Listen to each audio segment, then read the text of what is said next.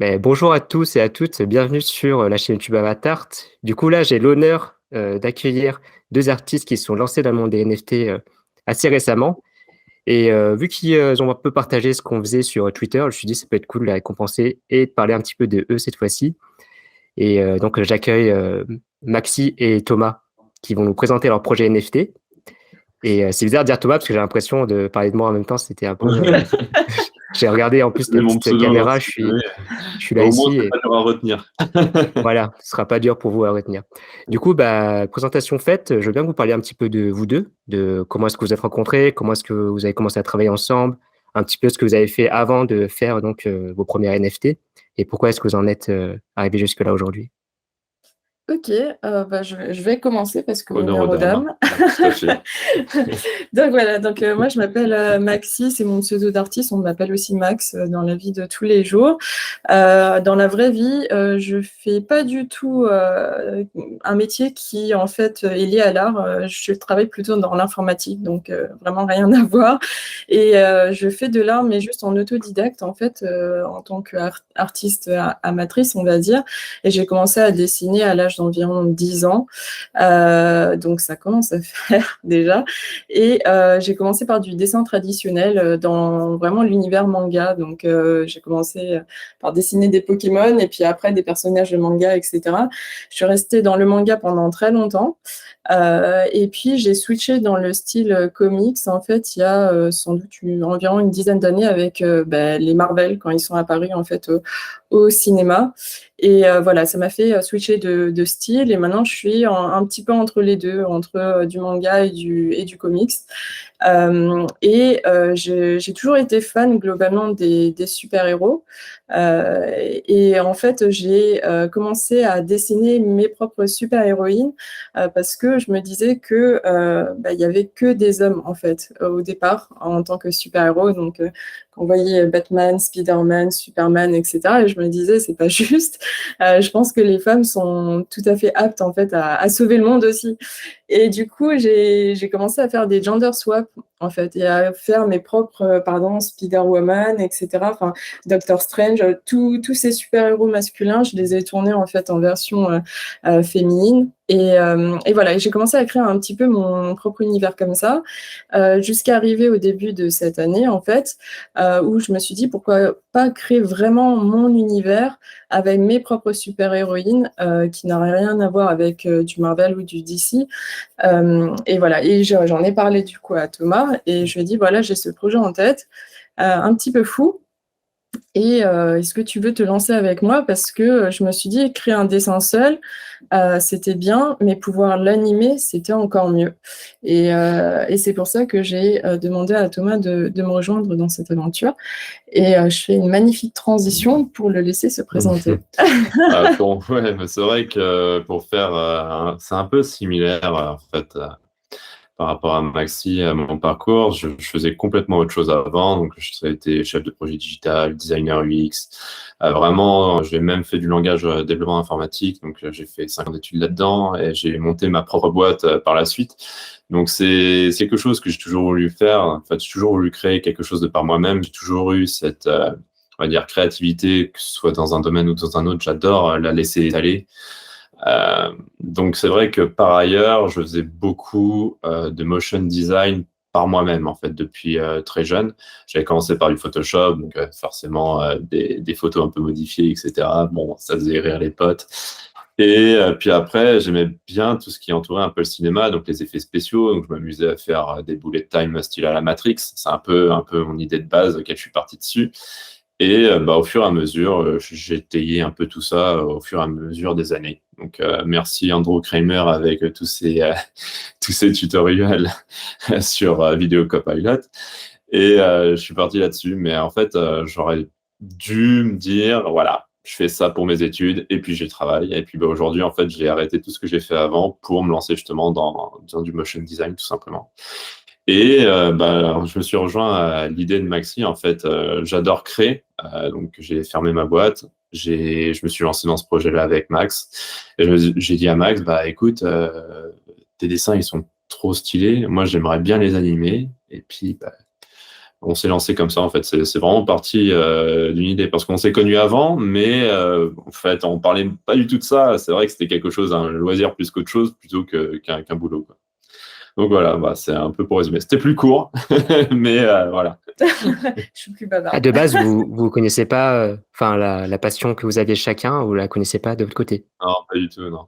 Enfin, on en parlait un peu. C'est vrai que bah, elle était pianiste. Je connaissais plus son côté artiste au niveau musical. Donc, elle faisait du piano. J'étais plus batteur, moi.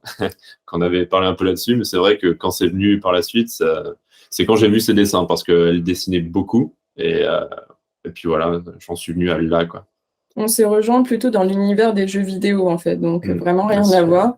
Puis au final, en fait, on a vu qu'on partageait pas mal de choses en commun au-delà des jeux vidéo, et notamment cet aspect artistique qu'on avait développé tous les deux en tant qu'autodidacte, chacun de son côté, quoi. Vous avez un petit peu un profil similaire, dans le sens où tous les deux, vous avez été donc autodidacte pour ce que vous faites aujourd'hui. Et en plus, vous êtes rejoints sur le monde de la musique et aussi le monde des jeux vidéo. Et j'ai l'impression que c'est un petit peu le cas des gens qui s'intéressent aux NFT, au cryptart aujourd'hui. Et d'ailleurs, je veux bien que vous me parliez justement de ce monde-là. Du coup, est-ce que c'est là où vous êtes rencontrés au final, ou vous en avez parlé comme ça, d'un coup, c'est sorti comme ça? Ah, c'est sorti vraiment comme ça. Et c'est limite sur un coup de tête, j'ai envie de dire. Alors moi, j'avais entendu parler des NFT, mais un peu comme tout le monde, en fait. Je pense les projets les plus connus, qui étaient d'ailleurs très polémiques, on va dire, dans un certain sens, parce que on en avait plutôt une mauvaise image de par, enfin moi personnellement, de par mon entourage, etc., en disant comment le premier tweet de l'histoire a pu se vendre des millions et des millions de dollars. On comprend pas, en fait, toute cette hype qu'il y avait autour des NFT. Et voilà, donc j'en avais plutôt une mauvaise image au début, on va dire ça comme ça, surtout dans le monde de la crypto où, voilà, enfin, les gens de mon entourage étaient plutôt très frileux. Et puis, en fait, petit à petit, c'est juste en me renseignant par moi-même, en fait. J'ai commencé à regarder beaucoup d'articles, en fait, sur ce que c'était vraiment un NFT, à voir aussi des vidéos YouTube, voilà, des tutos, tout ça, et à parler, en fait, finalement, à des gens qui s'y connaissaient vraiment beaucoup plus dans ce milieu de la crypto, et c'est grâce, en fait, à me renseignant par moi-même que cette peur, en fait, elle est partie, et je me suis dit, c'est super intéressant, surtout pour les personnes qui font de l'art digital comme nous, quoi, en fait, parce que prouver, entre guillemets, la propriété d'un fichier digital aujourd'hui, hormis les NFT, ça n'existe pas. Et je trouvais ça très, très intéressant comme concept. Et du coup, on en a parlé très rapidement comme ça. Ouais, et comme on est friand aussi de tout ce qui est un peu nouvelle technologie, etc., on s'est lancé vraiment presque à tête baissée dedans en se disant c'est un petit challenge, c'est peut-être un risque qu'on prend aussi, mais on verra ce que ça donne en fait par la suite, quoi.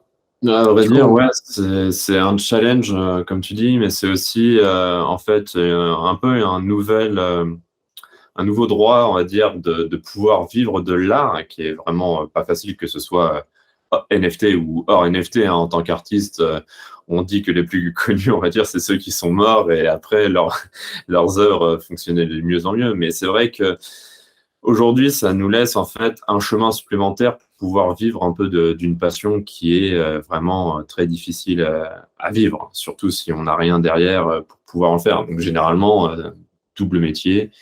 Et on fait ça, hein. C'est comme joueur pro, c'est comme influenceur aujourd'hui. C'est vrai que ce sont des métiers, je vais pas dire artistiques, mais on part vraiment de rien, et on n'a pas de base fixe, dure, solide. On ne peut pas se dire le mois prochain, tiens, c'est sûr qu'on va en vendre 10.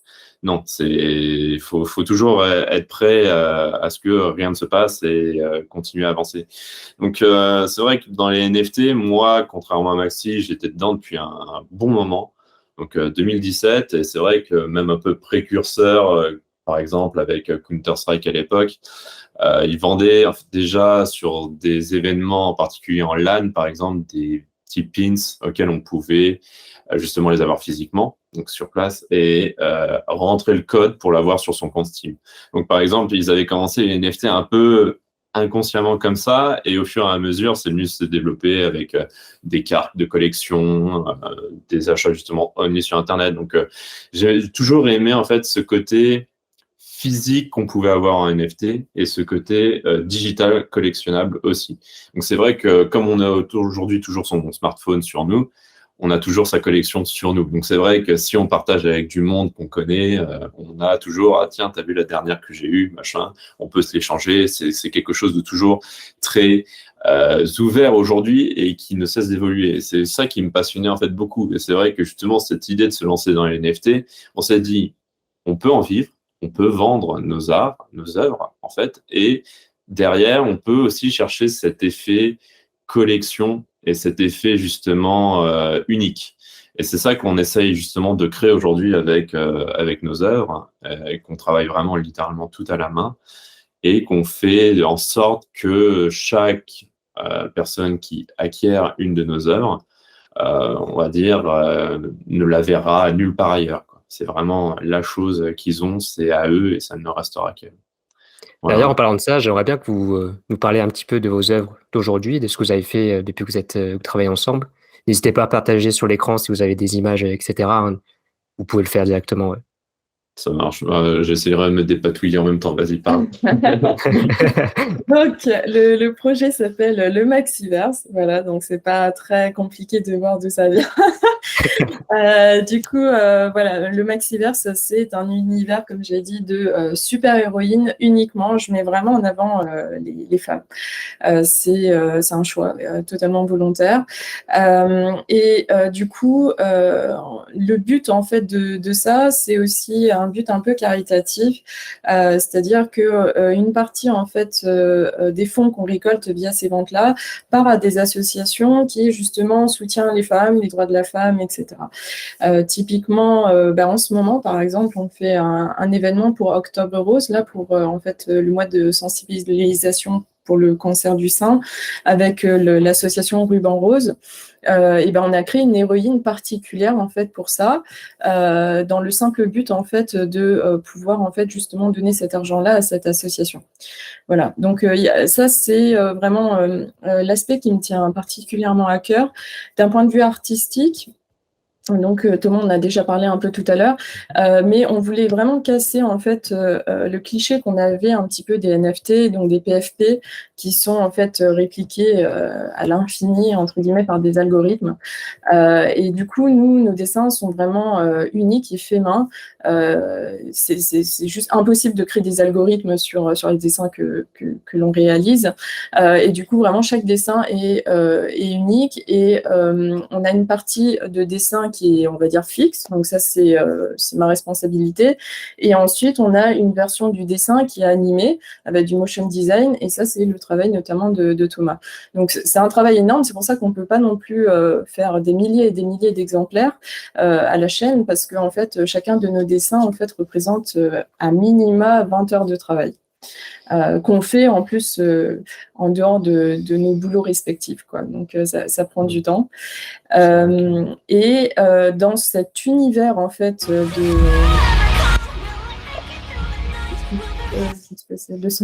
et dans cet univers-là, totalement de super-héroïnes, on a créé en fait un petit peu comme les cartes en fait de collection, une échelle de rareté. Donc les héroïnes sont plus ou moins rares. On a, on va dire, 3 plus 1 niveau de rareté. Donc le plus bas, les héroïnes. Du coup, elles ont moins de pouvoirs extraordinaires, etc.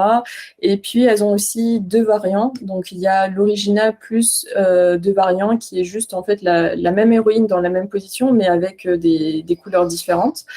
Ensuite, on a le deuxième niveau qui est un peu plus rare, qu'on appelle les super-héroïnes. Donc, ça correspond souvent à un niveau qu'on appelle légendaire, en fait, dans les jeux vidéo. Donc, elles sont un peu plus extraordinaires, effectivement. Elles ont un peu plus de pouvoir. Les dessins sont un peu plus travaillés, surtout la partie effets spéciaux avec le motion design. Et là, il y a qu'un seul variant par contre, et le variant c'est aussi un changement de couleur plus un changement d'accessoire, donc une arme que je peux en fait justement changer sur le variant. Et ensuite on a, alors l'ultime c'est la déesse, qui est en fait le niveau de rareté qu'on appelle souvent mythique, et elle est parfaitement unique. Il n'y a pas de variant, et c'est une super héroïne qui généralement est une déesse, donc elle a vraiment des pouvoirs très très forts. Et au niveau motion design, on va encore plus loin pour ce niveau de rareté parce qu'on crée vraiment une petite histoire, etc. Derrière en fait cette déesse. Et le dernier niveau, c'est un niveau qu'on met un peu à part, c'est celle qu'on appelle une rareté maximale. En fait, c'est en fait des héroïnes qu'on crée pour des occasions particulières, souvent en collaboration en fait avec d'autres influenceurs, des associations, des partenariats avec des personnalités publiques, etc. Où effectivement on essaye de mettre particulièrement en avant, notamment le côté associatif, et on bénéficie du rayonnement, on va dire, de la célébrité en question pour toucher un peu plus de monde, quoi. Et là, en l'occurrence, là, l'image, par exemple, on a Maniac, donc qui est un casteur en fait de CS:GO assez connu, avec qui on a fait en fait cette collaboration rapide pour créer, par exemple, cette super héroïne à son image. Voilà. Je pense que c'est bon au niveau du partage. Ah, super, du coup, tu as bien fait, tu as montré chaque image par rapport à ce qu'on Ouais, disait. j'ai essayé. Ouais, j'ai vu que ça allait un petit peu vite, mais tu as réussi à suivre le rythme. J'ai parlé sur Et du coup, elle est maximale, ça tombe bien parce que le nom il colle bien en plus avec le niveau de rareté. C'est vraiment. C'est totalement fait exprès. Et par rapport au Maxiverse, du coup, il y a une idée derrière ça aussi de faire plus que donc des objets à collectionner par la suite? Ouais, alors on a commencé, on a une roadmap là qui s'étend sur 2-3 ans, qui est disponible sur notre site. Là, la phase 1, ça a été les premiers NFT qu'on a sortis juste de manière digitale, etc., sur OpenSea. Et là, on en est à la phase 2, donc sur le deuxième semestre 2022, où notre but, comme a dit Thomas, c'est en fait, je pense qu'il y a beaucoup de gens qui sont, malgré l'art digital qui se développe, sont très attachés en fait à l'art physique. Donc ce qu'on essaie de mettre en place, c'est ce que j'appelle souvent le phygital en fait. Donc c'est d'avoir du digital plus en fait l'aspect physique, et grâce notamment à une société française avec qui on travaille. Je ne sais pas si on a le droit de les citer pour leur faire un peu de pub, mais bien sûr, si eux ils le veulent, pas de souci. Solid NFT, peut-être que tu les connais déjà, mais bon, ils commencent à bien se développer, et ils sont spécialisés justement dans les prints de NFT sur des supports aluminium, plutôt de bonne qualité. Donc, du coup, maintenant, on travaille avec eux, ce qui fait que chaque fois qu'un acheteur va acheter un de nos NFT, il va recevoir aussi, en fait, en cadeau, on va dire, en unlockable content, le NFT imprimé justement sur ce support aluminium, qu'on peut aussi dédicacer, etc. Ce qui est très intéressant avec Solid NFT, justement, c'est qu'il y a un certificat d'authenticité avec un certain nombre d'informations, etc., qui prouvent en fait même l'authenticité même de ce print, pour dire que s'il y a quelqu'un d'autre qui s'amuse à faire un screenshot de la Maxi Girl en fait sur OpenSea et qui s'amuse à l'imprimer lui-même sur le support aluminium, et ce sera pas le vrai en fait print, parce qu'il ne bénéficiera pas de ce certificat d'authenticité. Toujours en fait dans le but de mettre en avant particulièrement nos acheteurs de NFT pour qu'ils se sentent uniques, même si de base c'est que en fait de l'art digital, on va dire. Donc ça, c'était notre roadmap jusqu'à 2022, et à partir de l'année prochaine, alors ce qu'on rêverait de faire, c'est un peu comme ce que Thomas a dit, l'effet collectible, mais sous forme de cartes en fait, et de créer en fait une collection de cartes à collectionner au nom en fait de nos Maxi Girls. Ça, ce serait vraiment top. Et au bout de ça, si on arrive à trouver, par exemple, un modélisateur 3D, de pouvoir les modéliser pour en faire carrément des figurines aussi.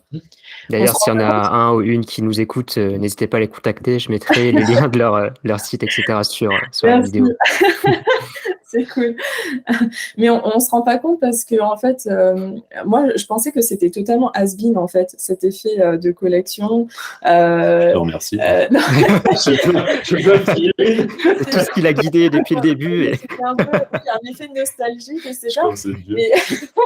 Mais c'est ça qui est particulièrement intéressant, c'est-à-dire que, enfin, moi, je pensais que c'était vraiment, quand j'étais petite, dans les années 90, etc., les cartes Panini, les cartes Pokémon, enfin, tout ça, ça a bercé mon enfance, Yu-Gi-Oh, les cartes Magic, tout ça, et avec toutes les figurines. Et en fait, finalement, quand je parle aux gens d'aujourd'hui, bon, qui sont sans doute en fait des grands enfants qui ont grandi comme moi, mais ça touche encore beaucoup, cet effet de cartes à Encore les collectionner, jeunes, etc. ouais. Les jeunes aujourd'hui, ils continuent les collections. Et même les jeunes, ouais. Et en fait, nous, c'est de la nostalgie pure et dure, hein. Ça va jusqu'à 40, à la limite 50 ans parfois. Les gens, ils sont encore, ah ouais, moi aussi j'en avais ça. J'étais un peu vieux, mais mais quand tu te dis que les cartes de collection, ça existe depuis au moins les années 50, facile, c'était avec des joueurs de baseball. Ouais, c'est Enfin, vrai. C'est vrai. ça a toujours existé. Donc c'est vrai que cette collection aujourd'hui, quand on retrouve des vieux catalogues dans les brocantes et tout ça, et que ça se vend plusieurs millions aujourd'hui, bah en fait, c'est vraiment, il y a un aspect collection, et il y a un aspect aussi investissement auquel les gens, ils aiment bien mettre un peu d'argent en se disant, tiens, on ne sait jamais si jamais ça prend de la valeur. Donc, c'est vrai qu'il y a toujours tous ces aspects qu'on aime bien, mais à la base, vraiment, les collectionneurs, ils sont là pour la collection, puis après, ils le passent à leurs enfants, petits-enfants, etc. Ouais, tu as cet aspect générationnel aussi des C'est cartes. ça, Totalement. exactement. Totalement, ouais. Donc, c'est vrai Et que… du coup, vous avez, pardon, je t'ai coupé. Non, Est-ce que vas-y, vous vas-y. avez fait déjà des solides NFT? Vous en avez déjà imprimé ou pas encore? C'est en C'est cours. en cours. C'est C'est en cours, vraiment, ouais. là, c'est en cours de production, là. Vraiment. Et Alors, eux, ils pourraient pas justement faire des cartes pour vous par la suite, vous pensez? Alors, on s'était renseigné, on avait déjà fait justement un mini format, on a essayé en taille carte, mais en fait, ils peuvent pas faire plus petit.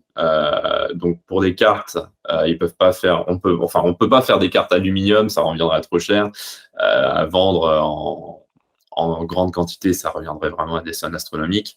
Du coup, ce serait plutôt contacter des grandes maisons de cartes, un peu comme Carte Mundi qui ont fait les cartes Pokémon, vraiment ou des plus petits justement qui permettraient déjà de créer des cartes de collection pour les acheteurs de NFT, et on fournirait du coup des cartes uniques pour ces acheteurs-là qu'on ne retrouvera pas dans les paquets par exemple. Donc on a plein de petites idées qui viendront justement pour cet aspect collectionneur, parce que moi j'aime bien mettre en avant cet aspect collection, parce que c'est vrai que pourquoi ne pas remercier ceux qui nous soutiennent et vraiment aller chercher plus loin. Donc c'est vrai que quand on vient chercher cet aspect collection, on parle surtout d'unique. Et quand on a quelque chose que les autres n'ont pas, ça donne toujours envie d'avoir cette chose rien que pour nous. Et c'est vrai que cet aspect de carte, du coup, c'est un aspect collection, d'accord? Tout le monde va pouvoir avoir des cartes, mais les cartes qui seront fournies avec, par exemple, les NFT qui seront achetés, eh ben, seront uniques, elles seront parallèles, elles seront brillantes, je ne sais pas encore, mais elles seront différentes, elles seront totalement uniques. Donc c'est ça que j'essaye de travailler avec Max, et on a pas mal d'idées qui viennent, on en a peut-être trop, mais c'est vrai que derrière, en fait, on va surtout mettre en avant ceux qui nous soutiennent, parce que c'est vraiment les personnes qui vont nous apporter le plus de soutien à nos débuts, et puis après, on va pouvoir établir pour vraiment le grand public, on va dire. Et en parlant de ça, ouais, vous avez une communauté qui vous suit et sur quoi? Je veux bien que vous me parliez justement de cet aspect communautaire, de personnes qui vous soutiennent. Où est-ce que vous les trouvez? Où est-ce qu'ils vous trouvent et comment est-ce que vous faites pour échanger avec eux? Ouais, alors justement, c'est ce qu'on essaye vraiment de construire actuellement. Alors moi, j'ai eu la chance d'avoir quand même une petite communauté sur Instagram, vu que j'ai commencé l'art digital il y a quelques années. Donc, j'ai quand même quelques followers sur Instagram, une communauté super cool qui en fait partage exactement en fait toutes mes inspirations artistiques, des mangas, des comics et des jeux vidéo. Mais sinon, sur la partie purement NFT, je suis particulièrement active sur Twitter, en fait. Et c'était un réseau social que je ne touchais vraiment pas avant. De rentrer dans le monde des NFT. Donc essentiellement sur Twitter. Donc j'ai mon compte perso et puis j'ai le compte officiel du Maxiverse également qu'on essaie d'entretenir. Et puis on a un Discord. On a créé un Discord. Alors, malheureusement, pour le moment, il y a encore peu de gens dessus, mais l'idée du Discord, c'était justement de pouvoir, par exemple, organiser des enchères ou donner en fait accès vraiment à des ventes très privées, etc., à notre communauté vraiment très proche, tout ça. Donc, et également aussi faire des brainstorming ensemble. En fait, moi ça me plairait vraiment de pouvoir créer une Maxi Girl qui, en fait, m'a été soufflée par des gens de la communauté. Comme ça, et ben, c'est un travail totalement collaboratif et ça peut aussi d'autant plus leur plaire, par exemple. Donc, voilà. Donc ça, c'est, on va dire, l'aspect très classique, on va dire, sur ma communication. Et sinon, en fait, notre deuxième axe qu'on est en train de développer, c'est plus l'aspect influenceur, on va dire. Donc, de manière générale, les artistes ne se montrent pas beaucoup. Voilà, Ouais. ils montrent C'est juste la tête d'affiche, en fait. C'est un peu comme ça. il exagère. Je préfère être derrière la caméra. On comprend mieux le duo maintenant. Mais moi, j'étais totalement comme ça aussi, de par ma personnalité aussi. Je suis quelqu'un plutôt dans l'ombre et je préfère mettre avant tout en avant mon travail que ma tête. Il se trouve qu'aujourd'hui, on peut pas vraiment ne pas se montrer, donc ça aide quand même en fait ne serait-ce que montrer qu'il y a un être humain qui est derrière et pas un robot qui dessine, et les gens sont super intéressés par l'être humain et sa vie aussi derrière. Donc du coup, j'ai développé à côté de ça une nouvelle chaîne YouTube dans laquelle je partage déjà avant tout en fait des FAQ sur le Maxiverse, sur l'avancement du projet, etc. Mais aussi un aspect un peu plus influenceur où en fait on rattache un petit peu au Maxiverse toutes nos influences aussi à nous, c'est-à-dire par exemple le sport qu'on met beaucoup en avant parce qu'on appelle ça des Hero Challenge, étant donné qu'on dessine des super-héros. On essaie de faire en sorte de leur rendre hommage à notre petite échelle. Et voilà. Donc, du coup, sur la chaîne YouTube, il y a beaucoup de divertissement, en plus, en fait, de l'information pure qu'il y a sur le projet. Et on essaye aussi de partager, par exemple, en story Instagram. Et pourquoi pas, demain, Twitch ou TikTok, notamment pour partager du backstage, donc montrer en fait comment ces dessins sont élaborés, sont construits, etc. Je pense que ça pourrait aussi intéresser un certain nombre de personnes. Je rebondis sur ça, du coup, sur les lives. Là, récemment, j'ai interrogé un artiste qui fait du street art, mais aussi de l'art digital sur tablette. Et ce qu'il fait, lui, c'est qu'il stream régulièrement. Et donc, il fait en fait des dessins en live et, comme tu disais, collaboratif pour créer avec les gens qui les suivent. Ça peut être une idée pour vous aussi si tu veux faire sur Discord. Tu peux aussi rebondir sur Twitch. Et là, en fait, tu peux tout simplement créer en même temps que la personne te dit « Oh, je ferais bien ça, machin ». Et à la fin, faire aussi, pourquoi pas, un NFT collaboratif et l'offrir aux personnes qui ont participé ou des choses comme ça. Totalement, oui. Et juste pour revenir sur votre travail à vous deux, du coup, en équipe, vous avez tout de suite débuté ensemble ou c'est venu après? Tu t'es dit, Maxi, du coup, j'ai l'impression que c'est toi qui as commencé quand même. Tu t'es dit, ouais, j'ai besoin de quelqu'un parce que seul, ce travail, c'est trop dur. Alors, c'est moi qui ai insufflé l'idée, on va dire. C'est pour ça que le Maxiverse porte essentiellement mon nom, on va dire. À deux doigts, on aurait eu le Thomasverse. Dommage. Je l'aurais cru. Oui. Mais c'est moi qui ai insufflé l'idée, mais réellement, en fait, ça s'est fait extrêmement rapidement, en fait. Et dès la première, le Red Soldier, on a tout de suite collaboré. Et je me souviens, c'est vraiment, je lui ai écrit un texto, en fait, un jour, et je lui ai dit, j'ai une idée de projet en tête, voilà, je vais faire ça. Il m'a dit, ah ouais, ça me botte bien. Et puis après, j'ai commencé à dessiner la première héroïne et je lui ai dit, voilà, moi, j'aimerais bien que tu m'aides sur vraiment cette partie animation. Et j'en attendais pas plus que de faire bouger peut-être les bras, un petit peu les cheveux. Et il allait beaucoup plus loin que ce que je pensais. Et parce qu'il adore les effets spéciaux, il est très bon là-dedans aussi. Et je me suis dit, mais waouh, je pense que là, on tient un concept qui se voit encore très peu, en fait, aujourd'hui dans le le milieu artistique. Et voilà. Et après, on a continué avec une régularité qui était quand même assez exemplaire. On arrivait à en sortir quasiment une par semaine. Et on travaillait vraiment nuit et jour dessus, quoi. Ouais, Une par semaine, du coup, il y a le côté l'image que tu crées et ensuite l'animation qui va faire la petite vidéo qu'on a vue tout à l'heure. Exactement, ouais. Et vous continuez à faire ça, du coup, aujourd'hui? Ouais. On dort vraiment pas beaucoup. Ouais, d'ailleurs, c'est vrai que j'ai pas posé la question, mais vous êtes à temps plein dessus, tous les deux, ou? Moi, non, parce que moi, j'ai mon métier dans l'informatique. Je suis, on va dire, chef de projet informatique en journée. Et puis, la nuit, je dessine. Voilà. Ouais. Moi, j'ai un peu plus le temps parce que j'avoue que je suis en freelance. Donc, je me suis vraiment acheté un PC dédié au multimédia parce que je travaille que sur mon Mac. Et c'est vrai que les rendus peuvent prendre de 10 à 15 heures. Et ça J'ai fait de la vidéo sur Mac et c'était super long. Ouais. Du coup, c'est vrai que j'ai bon 3/4 de partie, c'est du travail, c'est du rendu. Et puis, le premier rendu, c'est vraiment l'alpha. Donc, on regarde ce qui va pas et on retravaille ça. Donc, c'est vrai que en termes de rendu, ça me prend 1 jour, 2 jours parfois. Donc, c'est vrai que ça prend du temps. Et après, tout ce qui est en termes d'idées, d'assemblement et tout ça, ça vient généralement pendant qu'elle dessine. Elle a des idées, j'ai des idées, on met tout ça en commun et puis après, on fait une histoire, quoi. Donc, c'est vrai que, comme elle a parlé un peu des niveaux de rareté, plus c'est rare, plus il y a une histoire qui sera mise en avant, plus il y aura du travail qui sera abouti dessus. Et du coup, évidemment, les prix aussi évoluent par rapport à tout ça, par rapport au temps qu'on met dessus, par rapport à l'investissement qu'on est dedans. Donc, c'est vrai qu'on est ouvert vraiment au public qui a juste envie d'être dedans et au public qui a juste envie de s'investir à fond et qui auront quelque chose de vraiment beaucoup plus, on va dire, abouti. Mais on travaille toujours autant dessus finalement. En fait, on met autant d'amour dedans, si je puis dire. Et c'est vrai que je vais mettre moins, par exemple, d'effets au niveau du personnage parce que c'est ce qui va me prendre le plus de temps. Le marionnettisme, c'est le mouvement de personnage, faire un effet vraiment de vent dans les cheveux, faire un mouvement des yeux.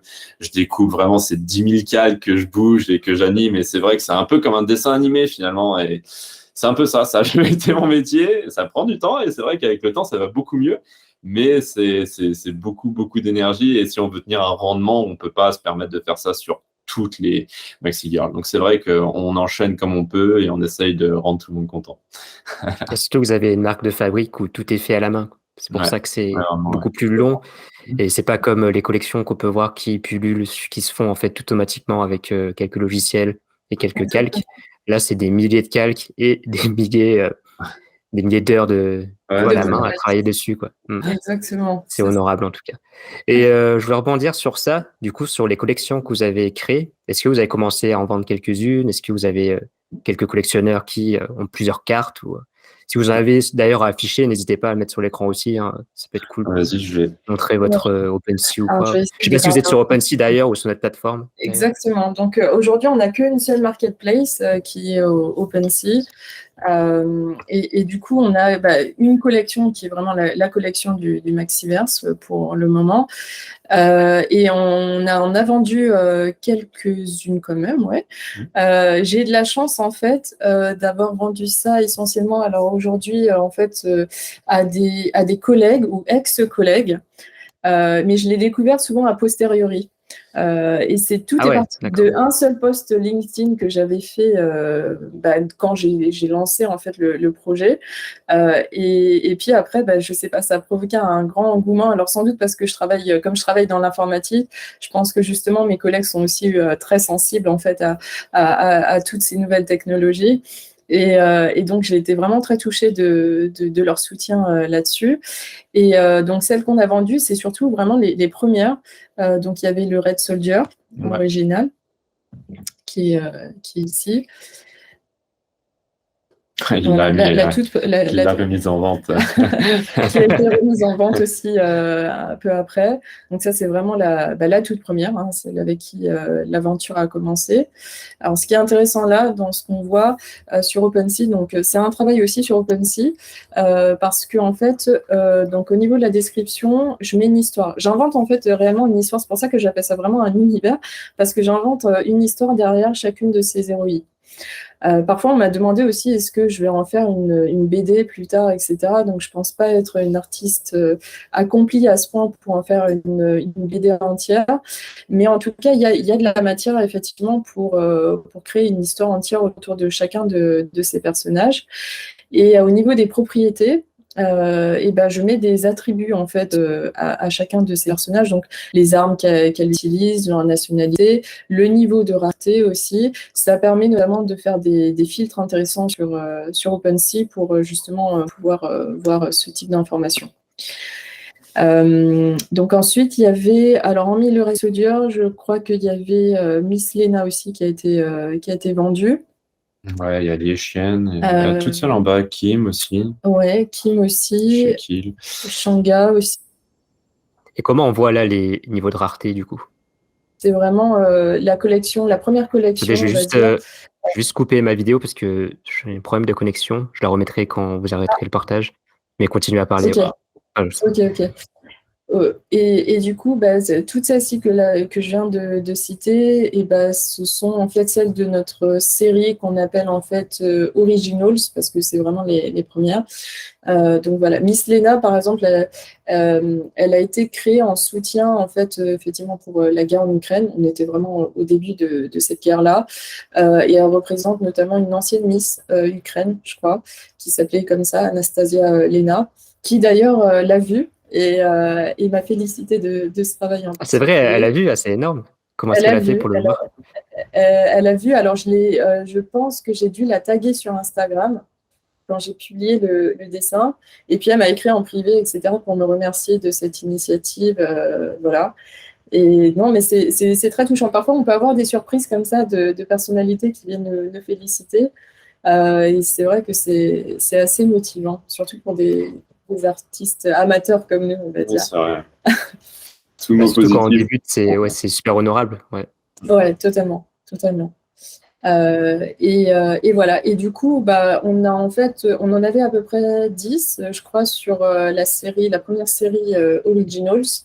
Donc 9 légendaires et enfin, 9 super-héroïnes, on va dire, et une déesse. Voilà, ça c'est la déesse, la première déesse que j'avais écrite, qui est partie très vite aussi, celle-ci. Et du coup, la deuxième série qu'on est en train de faire actuellement, donc qui s'appelle The Rise of Heroes, et celle-ci, elle comporte en fait 9 héroïnes. Enfin, on est en train de l'écrire, c'est 9 héroïnes. Donc, héroïnes pour dire vraiment le niveau de rareté le plus bas, justement pour baisser, entre guillemets, le prix pour que ce soit un peu plus accessible que celle qui était de la première série, on va dire. Ah, la première série, c'était vraiment les plus rares, quoi, au début. C'est Là, ouais, vous c'est baissez ça. sur des prix communes. C'est les plus rares, ouais. C'était les plus rares. On a voulu taper un petit peu fort aussi pour montrer aussi ce qu'on était capable de faire au niveau artistique. Donc les dessins sont quand même assez élaborés. Mais du coup, effectivement, forcément, si le dessin est élaboré, c'est plus rare. Le prix va aussi un petit peu avec. Et c'est vrai que dans le monde des NFT, il y a beaucoup d'artistes qui arrivent à percer très rapidement aussi, des jeunes artistes, mais sans doute parce qu'ils arrivent à placer un prix qui est assez bas. Mais nous, on essaie vraiment quand même de rendre un minimum honneur au travail qui a été fourni derrière, parce que une trentaine d'heures de travail, je ne me vois pas vendre ça à 5 $, quoi. Et d'ailleurs, pour rebondir sur ça, pour donc la série qui va arriver prochainement, au niveau animation, du coup, j'imagine que tu vas mettre moins d'heures dessus, Thomas. Je vais mettre moins que quoi? Moins d'heures sur Oui, tout à fait. Ça, oui. Oui, beaucoup moins, je vais même dire. Là, je viens de terminer, justement. On a release dimanche dernier Mighty One. Du coup, c'est vrai que j'ai longuement travaillé, même plus que toutes les autres maximales ou mythiques dessus, parce que je me suis dit, là, c'est pour une cause vraiment très importante. C'est vraiment pour l'association du cancer du sein. Et vraiment, j'avais mis le paquet. Et je voulais pas juste la release en une semaine, comme ce que je prenais avec une mythique. Une semaine, c'est vraiment, je vais pas dire large, mais au moins, j'ai mes 2 jours auxquels de rendu, ils sont placés et j'ai mes 5 jours de boulot à fond dessus, tranquille. Là, je me suis autorisé carrément 10-12 jours de travail dessus. Et j'ai poussé un peu plus l'histoire, j'ai poussé un peu plus les mouvements. Et c'est vrai qu'on voulait aussi bien mettre en avant le logo justement de cette association, donc avec le ruban rose. Et en fait, c'est littéralement plusieurs animations en une carte, quoi. Ça a pris un peu de temps. Elle est vraiment stylée, celle-ci. Ouais, alors celle-ci, c'était un peu, c'était une maximale, mais vraiment dans la série même des héroïnes, de The Rise of the Heroes. Effectivement, du coup, Thomas met moins de temps dessus parce que, en fait, si on regarde, par exemple, Swan, la dernière qu'on a sortie, c'est vraiment, donc, déjà, elles sont moins impressionnantes, elles ne crachent pas du feu ou quoi que ce soit. Là, par exemple, c'est juste une pirate. Du coup, il n'y a pas d'effets spéciaux, il y a des pouvoirs particuliers. Il travaille surtout le mouvement du corps sur l'héroïne. Et après, ce qu'il va faire, qui va prendre peut-être légèrement plus de temps, c'est le background. Le background, il va mettre, voilà, là, on voit des requins qui passent, etc. Dans le but, en fait, je ne sais pas si c'est possible de le voir, mais de faire des triptyques. Oui. Voilà, donc là, par exemple, sur c'en met une aussi, une héroïne. C'est Bolt. Et du coup, en fait, le background, c'est un seul background. C'est ça. Ouais, si on les joint. Et en fait, l'assemblage des trois fait un triptyque, en fait. Et c'est ça qui était intéressant dans cette idée-là. Ouais, c'est comme ce que je montrais tout à l'heure sur le drive. Les trois personnages en même temps, sur un même background, en fait, c'est leur même position qu'ils ont lorsqu'ils sont séparés. Donc, le but de tout ça, c'est que si on achète la print du milieu, par exemple, et que les autres nous plaisent, eh ben, on va pouvoir les joindre en fait en les mettant côte à côte. Donc, ça permet justement d'avoir aussi cette continuité, cette collection. En fait, l'une va avec les autres. Donc, si on a deux qui vous plaisent, eh ben, vous pouvez joindre, évidemment, il faut essayer d'avoir celle du milieu quand même, mais on peut joindre justement toutes ces œuvres en une. Donc, c'était vraiment le but de cette idée. On ne voulait pas mettre le même fond. On se dit, là, en fait, il y a simplement la couleur qui diffère sur la rareté. On dit, ouais, il faudrait peut-être trouver quand même quelque chose, ça fait un peu juste. Donc, je travaille vraiment sur un background super grand. Et Max les étale dessus et justement tout ce background en fait est animé communément. Donc si on met toutes ces animations côte à côte, tout ce qui se passe derrière vont se passer en même temps sur les autres, mais vous n'allez pas avoir les mêmes effets sur celle de droite que sur celle de gauche parce que du coup le background est différent. Donc, du coup là par exemple pour revenir aux pirates, le requin est traversé de Exactement. côté. Exactement. Donc là on le voit, c'est celle de gauche. Si par exemple sur celle de droite on la voit pas par exemple, on le voit sur celle du milieu et on va le voir passer dans le fond. Ah, les poissons aussi en bas. Voilà. Ouais, donc, il y a vraiment une suite. La pluie, c'est pareil. Tout ce qui va être animé derrière, en fait, vont pouvoir être joints justement quand on les met côte à côte. Voilà. C'était cette idée de triptyque, en fait. C'est vrai que si vous voulez les trois, ça vaut finalement le prix d'une mythique. Donc finalement, ça va jamais dépasser le prix de la plus rare, mais vous pouvez en faire un ensemble qui certainement pourra avoir plus de valeur que si vous la vendez séparément. Et du coup, pour revenir sur le unlockable content, toutes les cartes que vous faites, vous voulez les faire aussi en physique. Tout donc à fait. en solide NFT. Ouais. Donc là, en fait, les personnes qui auront acheté un des NFT aura le solide NFT par la suite. Exactement. Donc, et au niveau des fournis à l'heure actuelle, c'est une petite version print gratuite qui est fournie avec justement la vente du NFT. Et il aura à son choix actuellement d'avoir une taille plus grosse s'il le souhaite, mais il faudra qu'il paye parce que c'est le print du NFT, on va dire, et par rapport à sa taille, va forcément augmenter. Nous, on offre généreusement, on va dire, la petite taille qui est de, je ne sais plus, la taille. 12, je crois. Ouais. Donc, on offre ça avec la vente et derrière, il a la possibilité, s'il veut vraiment l'afficher comme un tableau comme ça derrière, de passer quand même une commande plus grande et d'avoir justement son certificat derrière le grand plutôt que le petit. Donc ça, c'est vraiment au bon vouloir de chacune des personnes qui achètent leur NFT, ils en font vraiment ce qu'ils veulent. Et derrière, évidemment, hein, c'est rétroactif, les cartes qu'on va produire, qui seront vraiment des cartes de collection. Hein.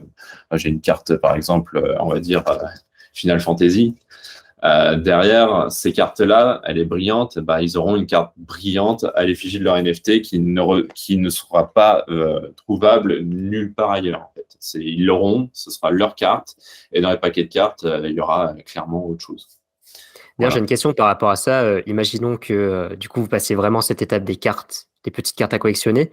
Du coup, ce sera en plus grand nombre, j'imagine. Ouais. Et comment est-ce que vous allez faire? Je veux dire, ce sera un NFT, une carte, ou une carte va débloquer, par exemple, un NFT va débloquer, par exemple, 10 cartes? Alors, non, ce sera plus différent. En fait, on comptait justement produire des paquets de cartes, genre en mode booster, un peu comme ce qui existe déjà, tout simplement. Et derrière, de faire justement, pouvoir, ça c'est quelque chose qui viendra après, mais qu'on a déjà étudié, ce serait de scanner derrière un QR et de pouvoir justement ce scan, le rentrer dans une application et de voir toute sa collection. Derrière, cette collection, on générera des points et on fera un classement, et puis etc. Et par rapport à ça, ça créera des événements, par exemple. On n'a pas encore abouti tout ça, mais toute cette collection permettra justement de mettre justement en valeur ceux qui nous suivent le plus. Ça leur permettra d'avoir la possibilité de gagner des lots exclusifs. Si par exemple, on a à faire un concours pour faire gagner une NFT, ils auront la possibilité d'avoir plus de chances par rapport à leur classement d'avoir cet NFT, par exemple. Donc, on a idée de pousser un peu le concept, même vraiment plus loin, de faire des jeux avec. Mais des idées, comme je t'ai dit, on en a beaucoup, beaucoup. Et on essaye de les canaliser pour justement faire ce qui fitterait le mieux au fur et à mesure. Heureusement que vous êtes deux pour vous canaliser, justement. J'imagine pas tout seul. Ouais. Et du coup, les jeux vidéo pour aussi profiter de l'expansion du métaverse? Ouais, alors ça, ce serait top. Ça, ce serait vraiment la dernière étape de la roadmap, si on arrive à aller jusque-là. Mais effectivement, de pouvoir les faire entrer dans un jeu vidéo, ce serait vraiment, vraiment bien. Je pense que là, pour le coup, on aura encore plein d'idées qu'il faudra canaliser. Ce serait vraiment incroyable, ça. Imagine sur un métaverse, t'as Maxi qui est dessus. Exactement. Moi, j'ai toujours eu le rêve, mais depuis, je pense que tout le monde connaît le film Ready Player One, en fait, de pouvoir en fait se projeter en fait dans un avatar et que cet avatar soit l'une de nos Maxi Girls, quoi, en fait. Ça, ce serait vraiment top qu'on arrive à mettre ça un jour. Après, c'est vraiment des moyens qui aujourd'hui nous dépassent un peu. Parce que je ne suis pas développeuse, même si je travaille dans l'informatique, que je sais lire un peu de code, je ne sais pas développer. Donc là, il nous faudrait vraiment de la compétence pure pour nous accompagner sur ça, quoi. De toute façon, là, c'est vraiment un projet très long terme. Vous avez déjà, j'ai l'impression, la base de l'univers, des idées créatives aussi pour déjà créer une fanbase. Le plus important, c'est d'avoir ta communauté au final dans tous les projets. C'est ça. Et j'ai bien l'impression que ça porte bien, que ça plaît. Honnêtement, là, j'ai envie de m'y intéresser maintenant quand j'ai vu ce que vous avez fait, que vous avez présenté. Donc, franchement, j'ai confiance en votre projet. Et d'ailleurs, si les personnes qui le suivent trouvent ça cool, n'hésitez pas à jeter un coup d'œil. Je trouve que le travail artistique est au top pour le rendu de chaque carte. Et ça, c'est assez rare dans les projets NFT qu'on peut voir aujourd'hui, tu vois, d'avoir un rendu artisanal, on va dire, pour chaque œuvre, quoi. Donc, cool. Et je vais rebondir maintenant sur ce que vous allez faire pour, on va dire, stratégie. Ah non, je vais remettre ma caméra aussi. Ouais, vas-y. Stratégie de vente. Vous allez rester sur, donc, c'était quoi? C'était Discord, Twitter et Insta. Et peut-être faire sur Twitch, donc. Mais pour vendre, en fait, on va dire, pour en vivre dans le futur, est-ce que vous avez des idées de stratégie, justement? Justement, c'est pour ça qu'on essaye de développer la tête d'affiche. Bon, le côté influence, c'est quelque chose auquel on pourrait déjà se reposer sur quelque chose de plus facilement, on va dire. C'est quelque chose que si on continue de créer du contenu et de travailler sur ce sujet-là, le retour sera beaucoup plus régulier.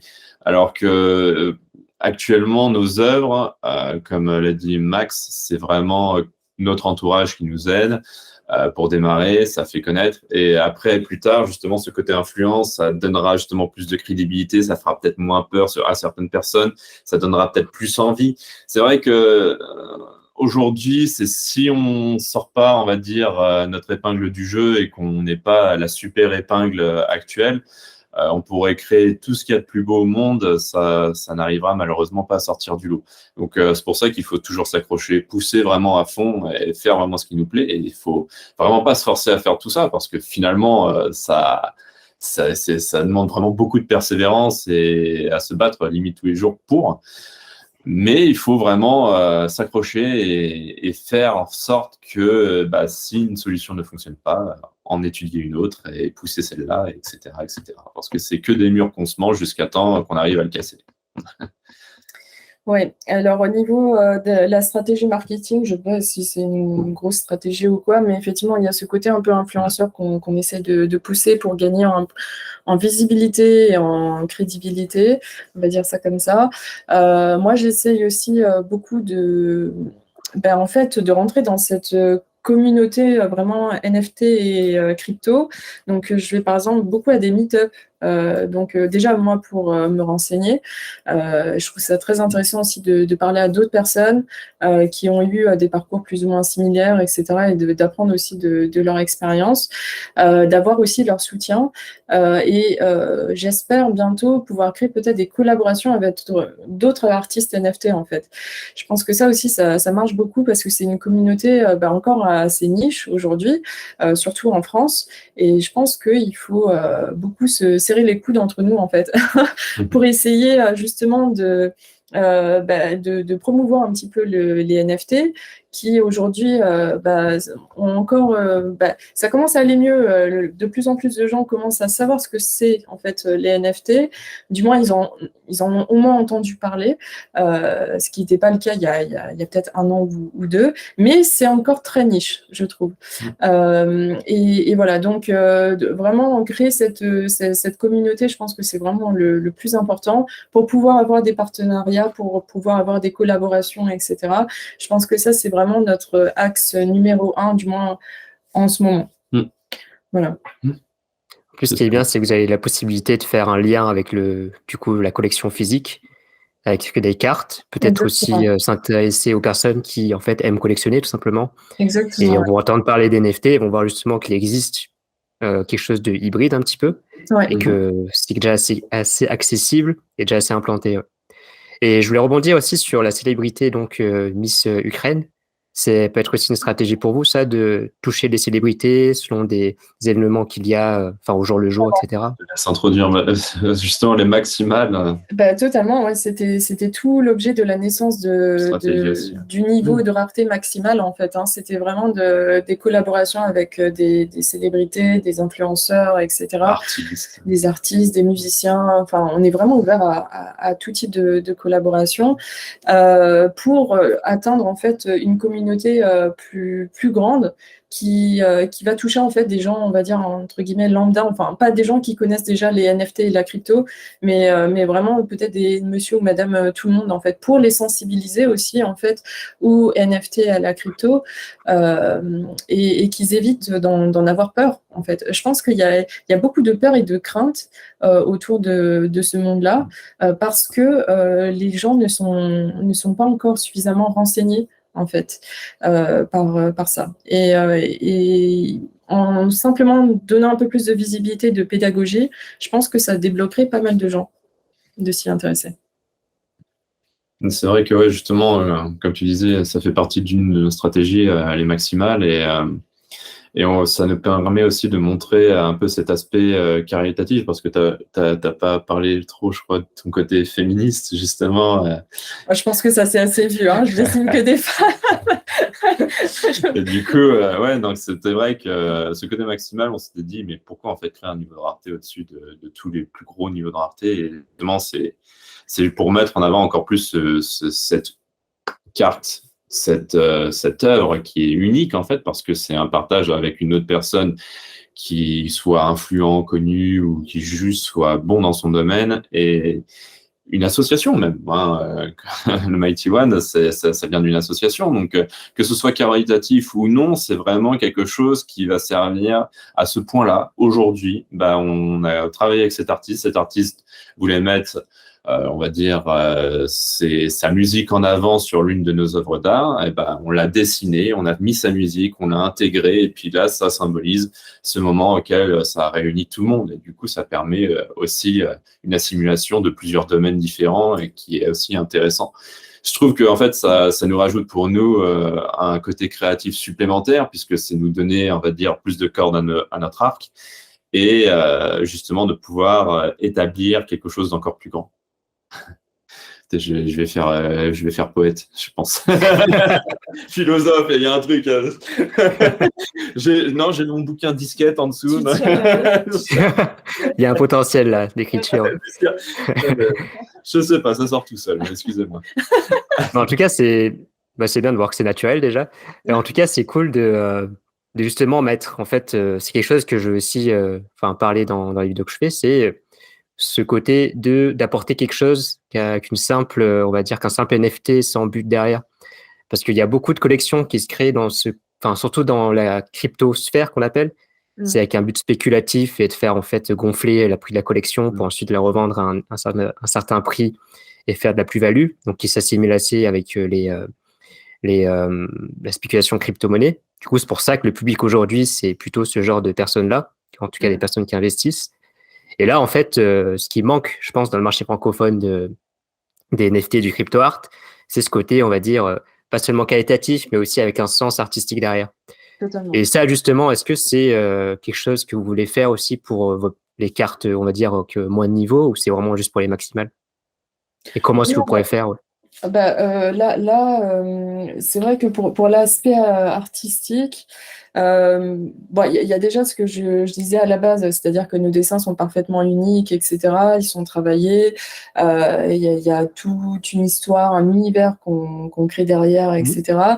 Il y a aussi le fait qu'on relie encore ça à un aspect physique, donc notamment des toiles, aujourd'hui en support aluminium, mais il y a quand même en fait un support qu'on peut afficher en fait comme le tableau derrière, on peut afficher chez soi sa propre maxi girl. Tout ça pour lier un petit peu à l'image qu'on a aujourd'hui de l'art traditionnel, qui est quelque chose de fait main, qui est quelque chose de travaillé, qui véhicule aussi la pensée ou les inspirations de l'artiste. Moi, mon message féministe, je pense qu'il se voit clairement en fait dans mes dessins. Voilà. Et puis, je pense qu'après, on travaille évidemment l'aspect très artistique avec le motion design parce qu'on essaye d'être moderne et puis d'être un peu dans c'est l'air du temps. C'est de l'innovation. C'est clairement, votre dessin, il peut avoir vie. Et c'est pour ça que j'ai des idées dans ce terme de 3D pour faire évoluer. Et c'est vrai que même... je spoil pas tout, mais j'ai quelques idées pour les prochaines animations à venir que j'ai partagées à Max. Elle est très contente, elle attend ça, mais bon, moi, je sens que ça va prendre pas mal de trucs, mais ça va être top. Je sens que ça va être top. Mais c'est vrai que c'est pour ça que cet aspect figurine, tout simplement, déjà, on est sur une autre étape. La première étape que je trouve super importante, c'est vrai que tu parles, c'est de l'art pour nous. Ne pas afficher de l'art et le garder que sur son PC, pour moi, c'est un peu noyer le poisson, quoi.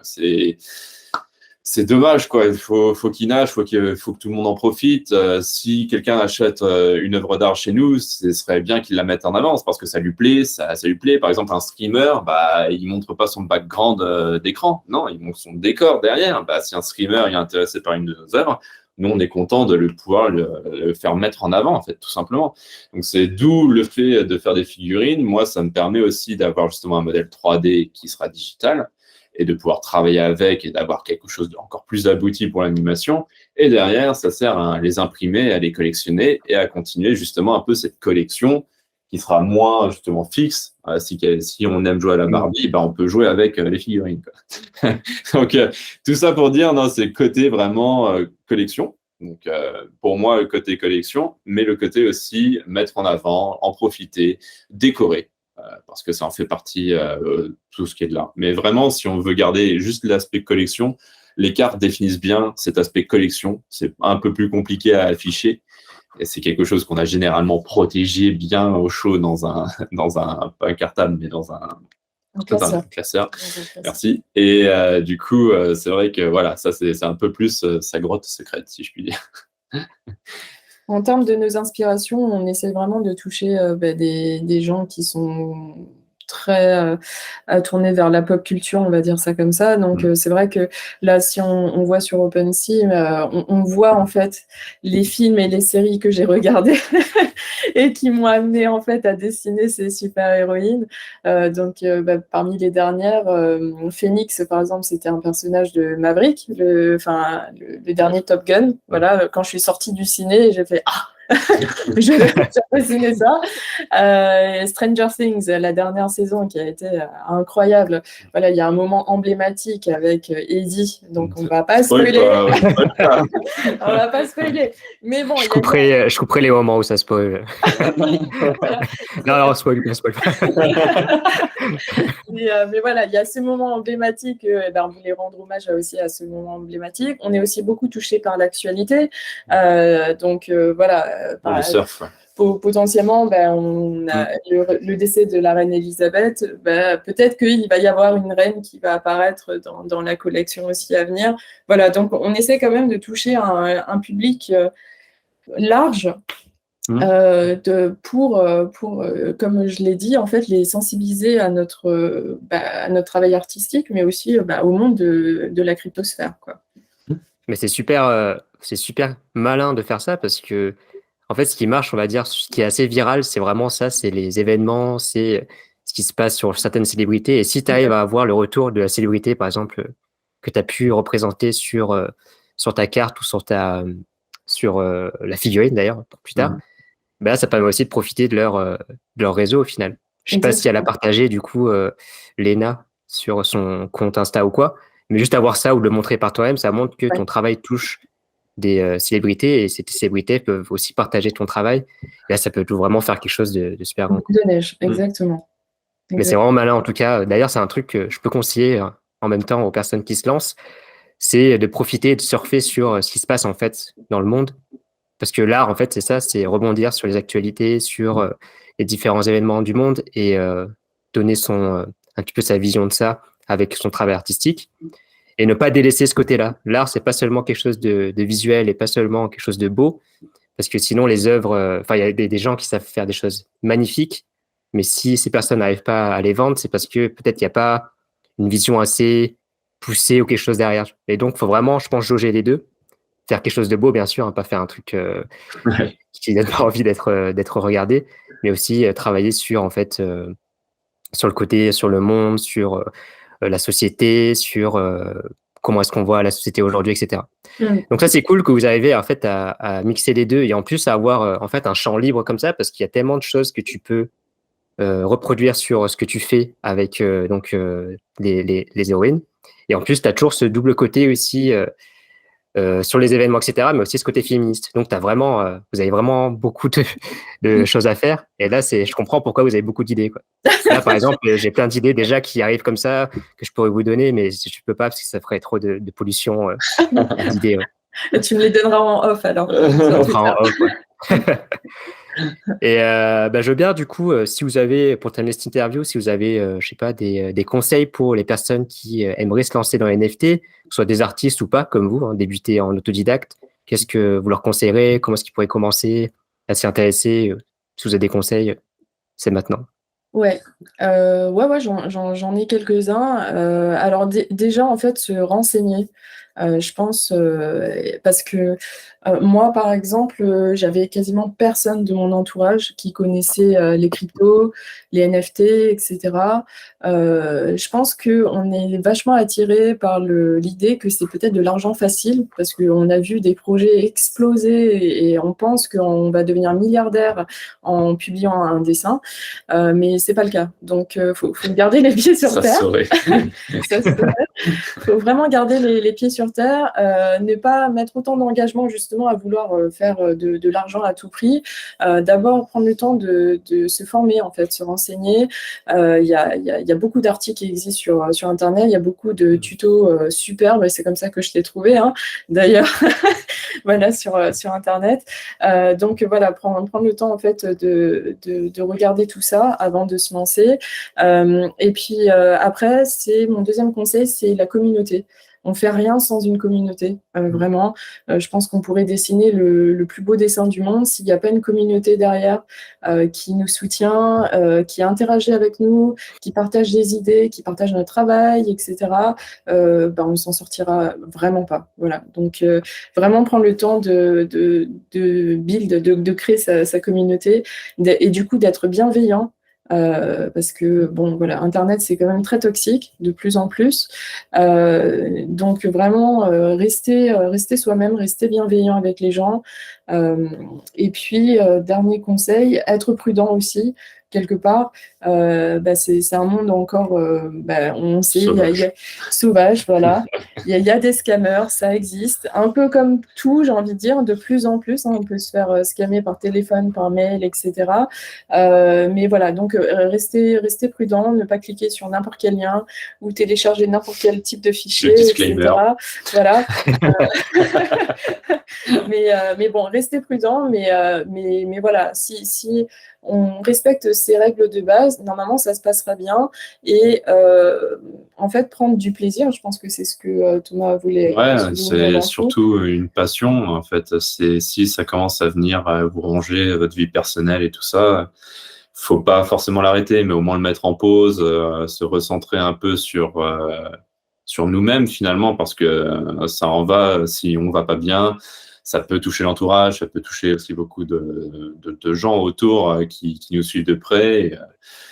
Donc c'est vrai que c'est vraiment quelque chose par passion, à commencer par passion, pas pour faire de l'argent, clairement pas. En tous les cas, c'est un aspect artistique, hein. L'art, ça s'est jamais, on va dire, vendu des millions comme ça de bout en train du première œuvre qu'on fait, hein. C'est des ratés, des ratés, des ratés. On recommence, on repart et c'est reparti pour un tour, et ça a toujours été comme ça. Donc c'est vraiment passionné. Se lancer jusqu'au bout, persévérer, surtout, ça c'est très important, toujours se relever et être bien entouré, c'est très important aussi, parce que c'est vrai que tout seul, on peut être le plus costaud des gringalets, au bout d'un moment, on finit par casser, et c'est vrai qu'un peu d'aide, ça fait toujours du bien au moral. Donc plein de trucs comme ça, et c'est vrai que voilà. C'est vrai que moi, par exemple, pour ma première boîte, j'étais tout seul, et je vois que pour un projet dans la même ambiance, similaire, toujours un truc entrepreneurial, ça a vraiment son importance d'être en tous les cas bien entouré, de faire avec un partenaire avec qui on peut compter, et c'est agréable. Voilà. Vous conseillez le travail en binôme? Oui. Moi, oui. Franchement, clairement, oui. Pour l'avoir vécu, clairement, oui. Oh, ouais. Je pense qu'on est plus fort, plus on est plus fort. Et aussi, pour cet aspect moral, c'est clairement, on se soutient vraiment au jour le jour. Et c'est un gain d'énergie et de temps qui est incroyable, parce qu'on se répartit extrêmement bien les tâches. Et c'est pour ça que dans les NFT, il n'y a pas que finalement du dessin, en fait, on ne se rend pas compte, mais derrière, il y a beaucoup de choses, la gestion de la communication, du marketing, potentiellement du développement, si on fait une application ou un site web, internet, etc. Voilà. Et plus tout l'aspect artistique, en fait, ça fait des compétences qui sont extrêmement variées sur une seule personne. C'est quand même, il peut y avoir vraiment des génies, hein, mais c'est quand même très lourd. Et si on a une équipe soudée qui croit au projet et qui soutient le projet jusqu'au bout, même si on ne se fait pas de l'argent tout de suite, et je pense que c'est le plus important. Ouais. D'ailleurs, c'est quelque chose que vous envisagez de recruter? Oui, on aimerait bien. On aimerait bien. Une fois qu'on aura les fonds nécessaires, je pense que oui. Après, s'il y a des personnes qui veulent nous rejoindre, entre guillemets, bénévolement, un petit peu comme ce qu'on fait aujourd'hui, parce qu'on gagne pour le moment pas grand-chose à titre personnel, on fait ça vraiment parce qu'on croit au projet, et ben on ouvre les portes, mais très, très grand, quoi. Voilà.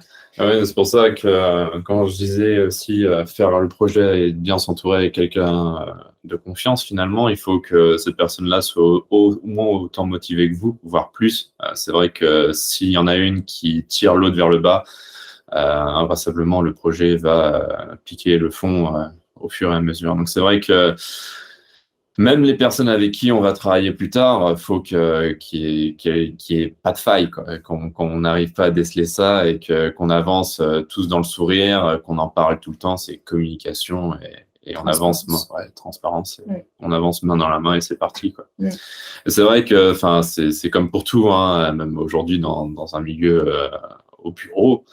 Si on s'entend pas avec la majeure partie de ses collègues, et ben on y va en traînant des pieds et puis on a envie de se tirer le plus vite possible le soir même. Donc voilà, c'est pas le but. Ouais, carrément. Bah, écoutez, merci pour l'interview. C'était super cool d'échanger avec vous. Franchement, j'ai pas fait de recherche sur votre projet. J'ai vraiment attendu cette interview pour en savoir un petit peu plus. Et ça m'a donné vraiment envie de regarder ce que vous faites. En plus, il y a énormément d'idées qui arrivent. Et j'ai l'impression que ça rejoint un peu ce que vous disiez sur le fait de savoir où est-ce que vous voulez aller tous les deux. Et le fait aussi, si vous recrutez quelqu'un, de savoir où la personne veut aller. Parce qu'en fait, c'est comme en fait créer une société. C'est que tu pars de rien. T'as pas de fonds, tu pars comme ça avec juste de l'envie et l'énergie. Et ça, en fait, tu vois juste des idées qui petit à petit se concrétisent, hein, comme par exemple les cartes qui vont se concrétiser. Vous avez déjà les solides NFT qui arrivent.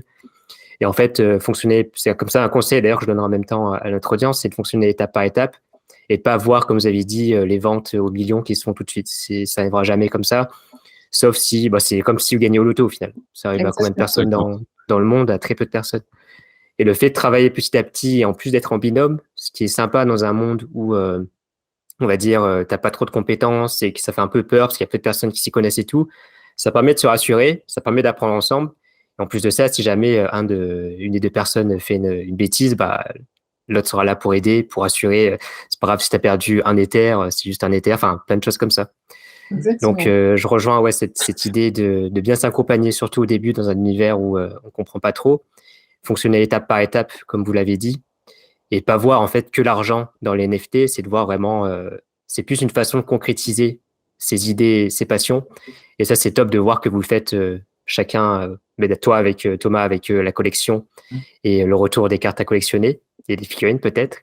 Et toi, du coup, Maxi, avec cet univers féministe et aussi ce côté des super-héros, parce que j'ai l'impression que tu aimes bien tout ce qui est pop culture. Et là, vous avez réussi à rejoindre quelque chose qui a vraiment beaucoup de potentiel. Et ça, c'est cool de voir des projets comme ça et de voir aussi que vous avez plein d'idées et que vous êtes qu'au début, quoi. Du coup, merci pour l'interview. Est-ce que vous avez quelque chose à ajouter pour terminer, un dernier mot pour notre audience? Écoutez, moi j'ai envie de te remercier toi déjà, parce que c'était un super bon moment, et puis ça reflète un petit peu ce que je vis au quotidien avec cette nouvelle communauté NFT que je découvre. Il y a des gens super cool en fait derrière, et c'est pour ça, profitez-en en fait pour justement créer du lien en fait avec toutes ces personnes-là qui sont dans ce monde-là, qui sont en fait, moi, en tout cas, j'ai eu de la chance. Ils sont tous très bienveillants. Ils apprennent beaucoup de choses. Et donc, voilà, je voulais juste te remercier pour ça essentiellement. Écoute, merci. Puis moi, j'avoue que je vais pas rajouter beaucoup de choses, à part les Thomas au pouvoir, mais sinon... Le Thomas-verse, bientôt. Il va y avoir en tout cas, pourquoi pas un jour. Oh mon Dieu. Sur le métaverse, tu auras un combat des Thomas contre les Maxi, ça sera marrant. Du coup, pour conclure, je mettrai en lien dans la description vos liens. Vous les partagerez en off. Hein, je mettrai votre OpenSea et puis votre site web, etc. J'en finis pour vous remercier en tout cas d'avoir participé à ça. Là, ça fait quoi? Ça fait plus d'une heure qu'on discute, je crois. Et on a pu bien découvrir votre univers et surtout vos ambitions et vos idées. j'espère que d'ici les prochaines années, il y aura des améliorations, qu'il y aura enfin ces figurines et du développement quand j'aurai recruté du coup un modélisateur. Hein, parce que je le dis, hein, je le répète, si jamais vous voulez justement travailler avec eux, vous pourrez rejoindre les premiers liens dans la description. En tout cas, merci à vous deux. Je vous dis à bientôt. D'ailleurs, j'en permets de rajouter ça, c'est que je compte réinterviewer les personnes que j'interviewe aujourd'hui dans 2 ou 3 ans. Donc, je vais garder votre contact et on verra d'ici là votre progression sur donc le Maxiverse et le Thomasverse, bien sûr. Merci en tout cas. Merci à toi. Merci. Ciao.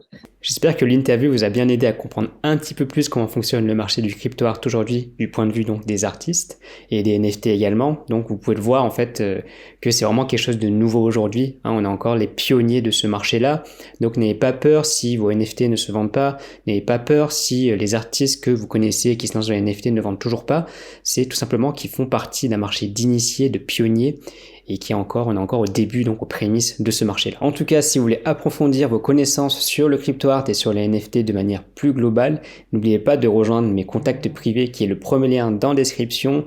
À votre inscription, vous recevrez aussi un guide de démarrage NFT, si vous ne l'avez toujours pas reçu d'ailleurs, qui vous permettra de débuter dans ce monde-là avec les clés et les bases du Web 3.0 et des NFT. En plus de ça, si ce type d'interview et ce type de contenu vous a plu, n'hésitez pas à le dire en commentaire, que je le sache, ou n'hésitez pas à m'écrire directement par email, comme ça je saurai que c'est un type de contenu qui plaît, un type de vidéo qui plaît à mon audience, et donc je ferai en sorte d'en faire plus et d'interroger plus d'artistes NFT. Sur ce, je vous souhaite une bonne journée ou une bonne soirée, et je vous dis à bientôt dans l'autre monde.